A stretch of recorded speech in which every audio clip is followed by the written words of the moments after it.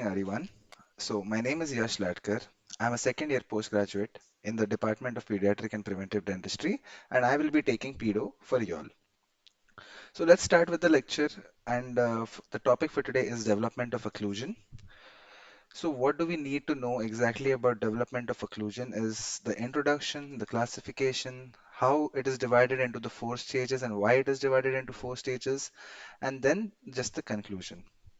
To start off with, the characteristic changes associated with growth and development are continuous. But from the clinical point of view, there is a need to classify these continuous changes into several characteristic stages. What this will help us do is we can have an exact timing at which, okay, now the incisors have erupted, now the permanent molar has erupted, so we'll know at this phase this will happen. So in order to evaluate the growth of children, dental age is more clinically useful than chronological age because it is based on the development of the dentition. Always when we see the patient or we see the patient's mouth, it always gives us an advantage by looking at which teeth are present rather than knowing what is the age of the patient because it will keep varying according to individual. Even though the average will be around the same, it will keep varying from individual to individual. So the dental age is better to use for knowing where the development of the dentition will be happening. So what exactly is occlusion and what is the development? So teeth will erupt in the alveolus and they grow in the direction of occlusion, which is for maxillary it will be downwards and for mandibular upwards, resulting in obtaining a proper contact with the opposite tooth. Thus, the development of occlusion occurs in a staged manner. Classifications uh, as a final year student, you need to know either one of these three classifications, especially the third one because it is mentioned in the textbook and you have to mention it in your papers. The first classification given for development of occlusion was given by Hellman in the year 1929, where he divided it into five groups. I would like to say I have an easy way of remembering this. The first will deal with the primary dentition, and the second will be just starting off the mixed dentition. Third will be the mixed dentition. The fourth will be the starting of the permanent dentition, or actually, the starting of the permanent dentition begins in the third phase and ends in the fourth phase. While the fifth one will be the ending of complete dentition, where the third molars will be erupted. So, what exactly happens in each phase? In the first phase, uh, the first A which Hellman has classified, he is classified before the eruption of primary teeth. What do we mean by before the eruption of primary teeth is that prior to having a dentition, when the teeth are present in the alveolus, what we have in what children have in their mouth is gum pads in a shape in which the molar part of the gum pad will be occluding with each other. Whereas before completion, and the second thing he gave was before completion of primary occlusion. Primary occlusion gets completed by the age of 2.5 to 3 years when there is complete root formation of the second primary molars. After this, in the second phase, the completion of the primary occlusion phase takes place, in which the roots of the second primary molars are formed. And the third phase, or the second phase of the second phase, is eruptive phase of the permanent first molars or incisors. In this, what happens is at the age of around 6 to 6.5 years, the first permanent molars will erupt, and this will commence the start of the mixed dentition period. In the third phase, 3A, eruption of the first permanent molars or incisors are completed. By the age of 8.5 to 9 years, the eruption of the first permanent molars and the incisors will be completed by exfoliation of the primary incisors. Then there will be a exchange phase of the lateral teeth. This will be 3B. So lateral teeth in this we are considering the cuspids and the bicuspids, which will replace the primary and secondary deciduous molars and the canines. Then will be the eruptive phase of the permanent second molar, which will begin around the age of 13, 12.5 to 13 years in females, and 13 to 13.5 years in males. And the last in 4C will be eruptive phase of permanent third molar, which will be at the end of complete growth of the mandible and the maxilla, which will be around the age of 18 years to 21 years. And the last will be eruption of the permanent third molar completed. Second classification was given by Barnett in 1978. He divided the stages into five stages and he made it simpler by making them according to the age. So in the first stage, he gave it 3 years and he called it as primary dentition, which is true because uh, eruption of the second primary molar takes place by the age of 3 years with complete root formation. This the second stage he mentioned was the was from age 3 to age 6, and in this the eruption of the first permanent molars takes place, which is at around the age 6 years. The third stage takes place from 6 to 9 years, which is the exchange of the incisors. In this, what happens is the primary incisors will be exfoliated and their place will be taken up by the permanent incisors. The fourth stage will be 9 to 12, which is the exchange of the lateral teeth, which I spoke about before, which will be the cuspids and the bicuspids replacing the primary canine and the primary molars. And the last stage will be the fifth stage, which will begin at 12 years, and it will be characterized by the eruption of the second molar. This classification is really important. This has to be mentioned in your paper compulsorily because it is mentioned in the textbook as well.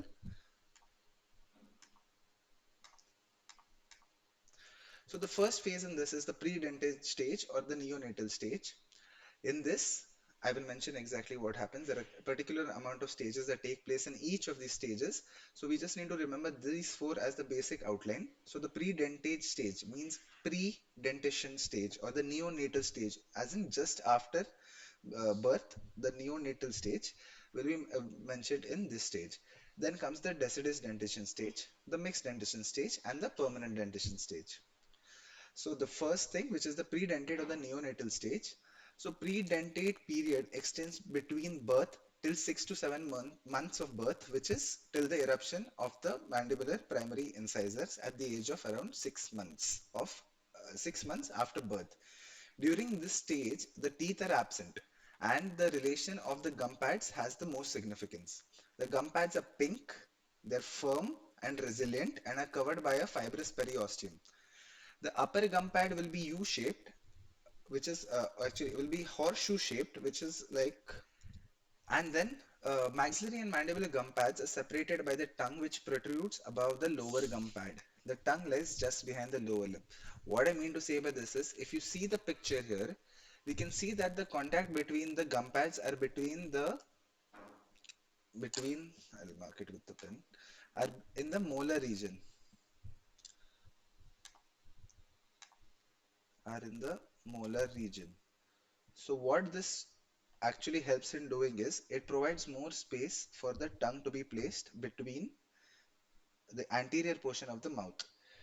This helps the child during the suckling period to help in having milk from the mother.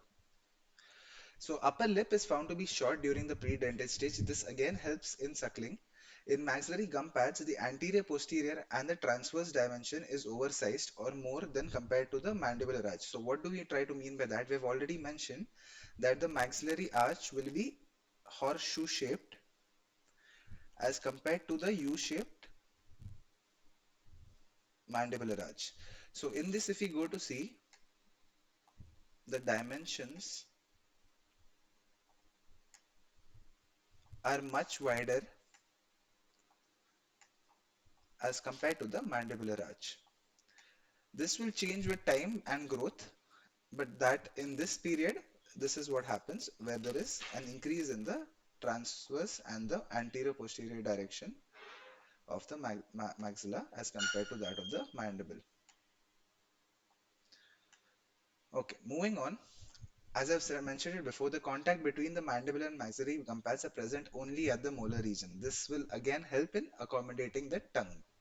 The gum pads grow rapidly during this stage and are more likely in a lateral direction and later in a labiolingual dimension. So what we mean by this is, first it will start expanding outwards, which is from the midline it will start expanding outwards, and then it will grow in length, which is anterior posteriorly.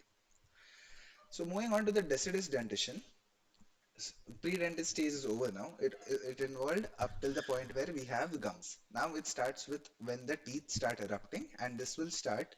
Initiation of the primary tooth buds occurs during the first 6 weeks of intrauterine life. So now we are talking about when the actual tooth bud uh, presents itself in the oral cavity. Actually, it at the age of 6 weeks intrauterine life, a tooth bud starts forming in the mouth. The eruption of the first primary tooth begins at about 6 months after birth, which will mostly be the mandibular central incisor. And all the primary teeth are usually erupted by 2 to 2.5 years of age. However, the roots of the second primary molar are usually not yet complete because so what we have as a thumb rule is that after eruption of a tooth, it will take around 2 to 2.5 years for complete formation of the root. The second molar usually erupts by the ninth to 10th or 10 to 12 month of after birth. Therefore, the establishment of the primary dentition is usually considered to take place at around 3 years of age and to last until about 6 years of age when the first permanent molars or the first permanent teeth begin to erupt. So each stage has particular features which make them characteristic as to why we're naming that stage as this. So the first stage, which is the uh, deciduous dentition stage, in this interdental spacing, deep bite, primary molar relationship, upright incisors, and a flat curve of speed. Let's go into each and every one in detail. So interdental spacing can be of two types, which is primate space and developmental space. It is most commonly seen in children. These spaces are similar to anthropoid spaces or simian spaces. These spaces were initially seen in monkeys and primates, so it is also called as primate space. In maxillary arch, it is present in between the lateral incisors and the canines. It's present here in the maxillary arch between the lateral incisor and the canine. Whereas in the mandibular arch, it is present between the canine and the first primary deciduous or the first deciduous molar or the first primary deciduous molar. These primate spaces are used during the eruption of the larger permanent teeth because permanent teeth are bigger in size as compared to the deciduous dentition.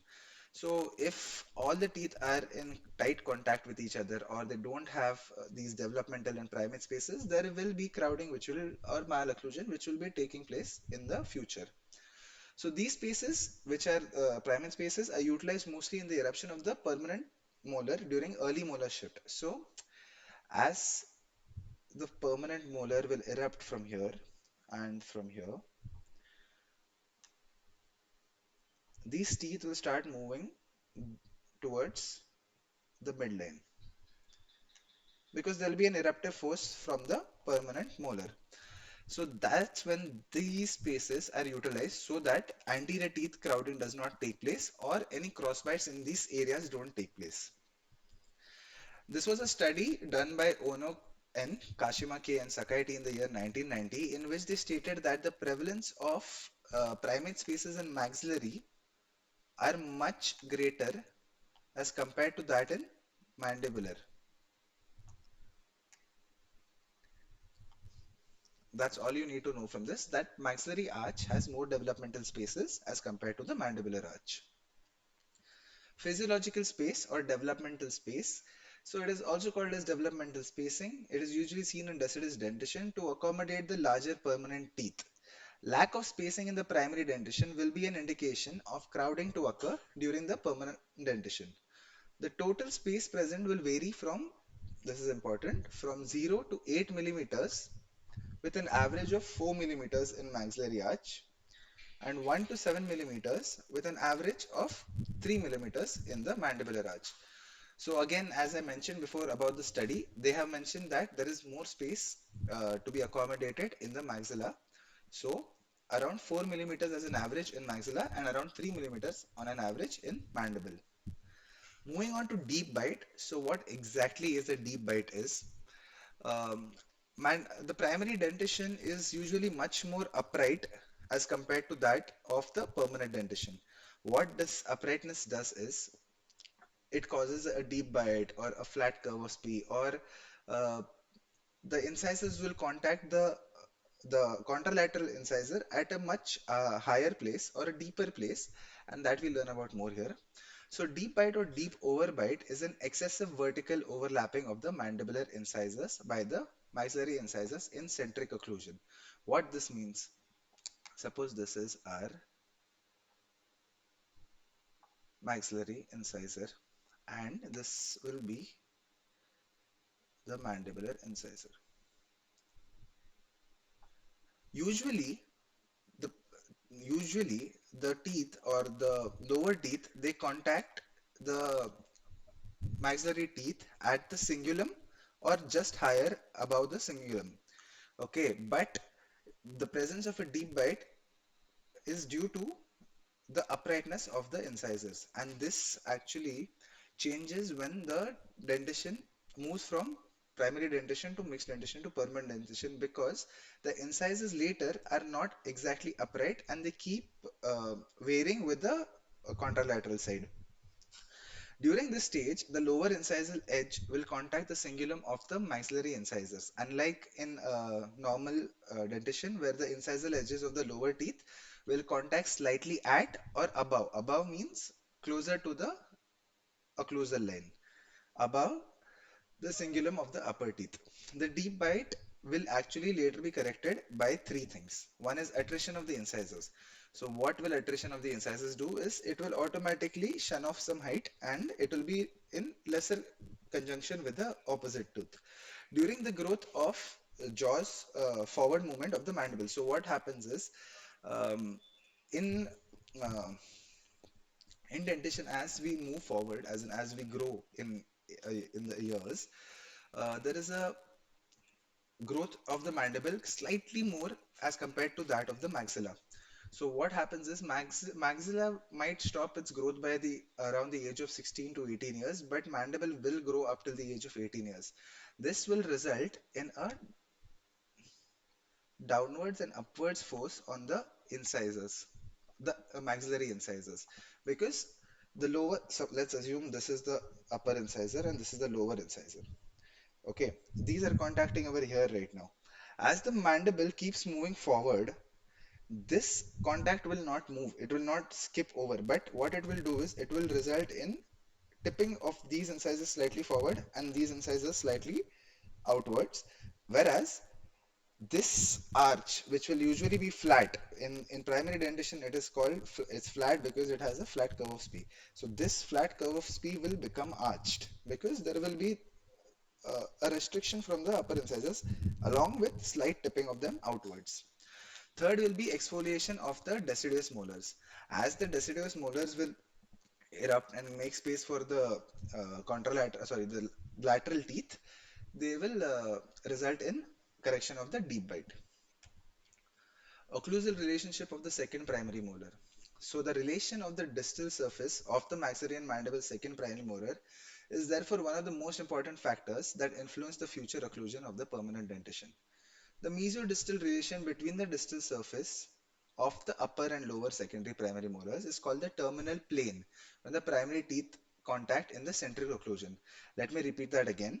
The mesiodistal relation between the distal surface, we have to remember that we are actually looking at the distal surface and not the mesial surface as we usually do with the permanent dentition, is called as the terminal plane. Why is it called the terminal plane? Because the occlusion is ending there or terminating there. So it's called as the terminal plane.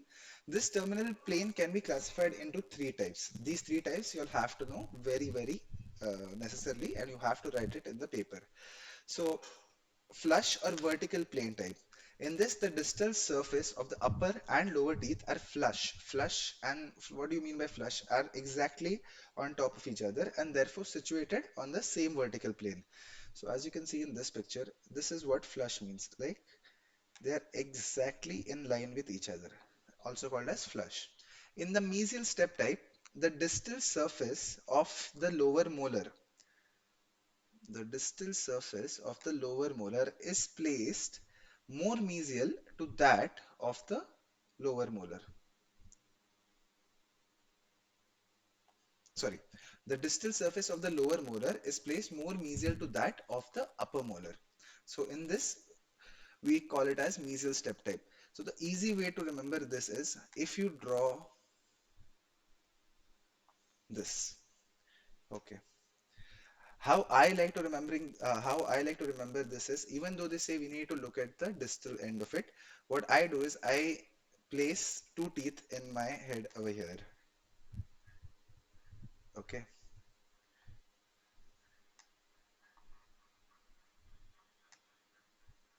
and I measure it from the mesial side.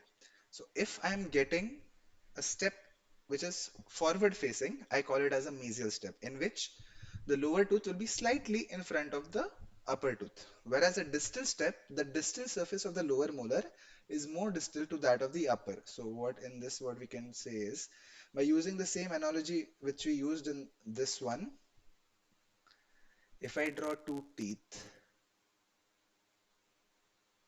okay,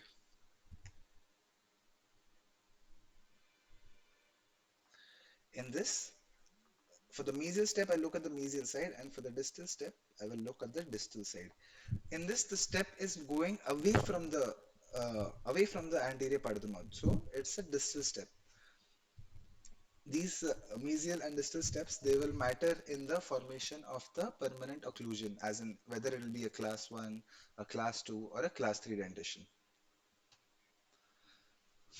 These are pictures of the teeth at 3 years. At 3 years, it looks flush. At 4 to 4.5 years of age, it's still flush. And at 6 years of age, it looks like it's developed into a distal step. This is because of the eruptive forces of the permanent teeth. Okay, moving on to upright incisors. The main difference between deciduous and permanent incisors is their inclination. The primary incisor angulation is more upright than permanent incisors, and the labial inclination of permanent incisors tends to increase the dental arch perimeter. These incisor liabilities can be overcome by some of the factors, which include utilization of the interdental spaces seen in primary dentition, increase in the intercanine width. So increase in the intercanine width and changes in the incisor inclination. So what will happen if two teeth are placed like this to each other as compared to if the teeth are present like this?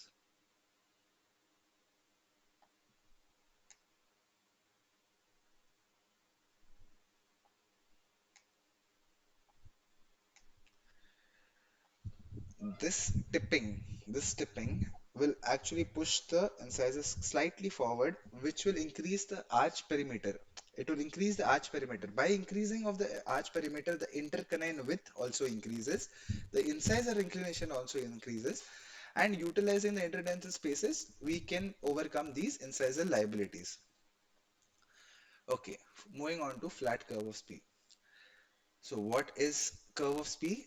The occlusal plane in deciduous molar is flat with curve of Spee not exceeding 1.5 millimeters in height. Okay, right here. The lower jaw growth is usually downwards and forwards, and they continue longer than that of the upper jaw, which I had mentioned before. This causes the lower anterior teeth to force and up, back and up, which results in crowding of the lower anterior teeth, but it also increases the curve of Spee also deepens. This will allow centric occlusion to take place and centric movements to take place.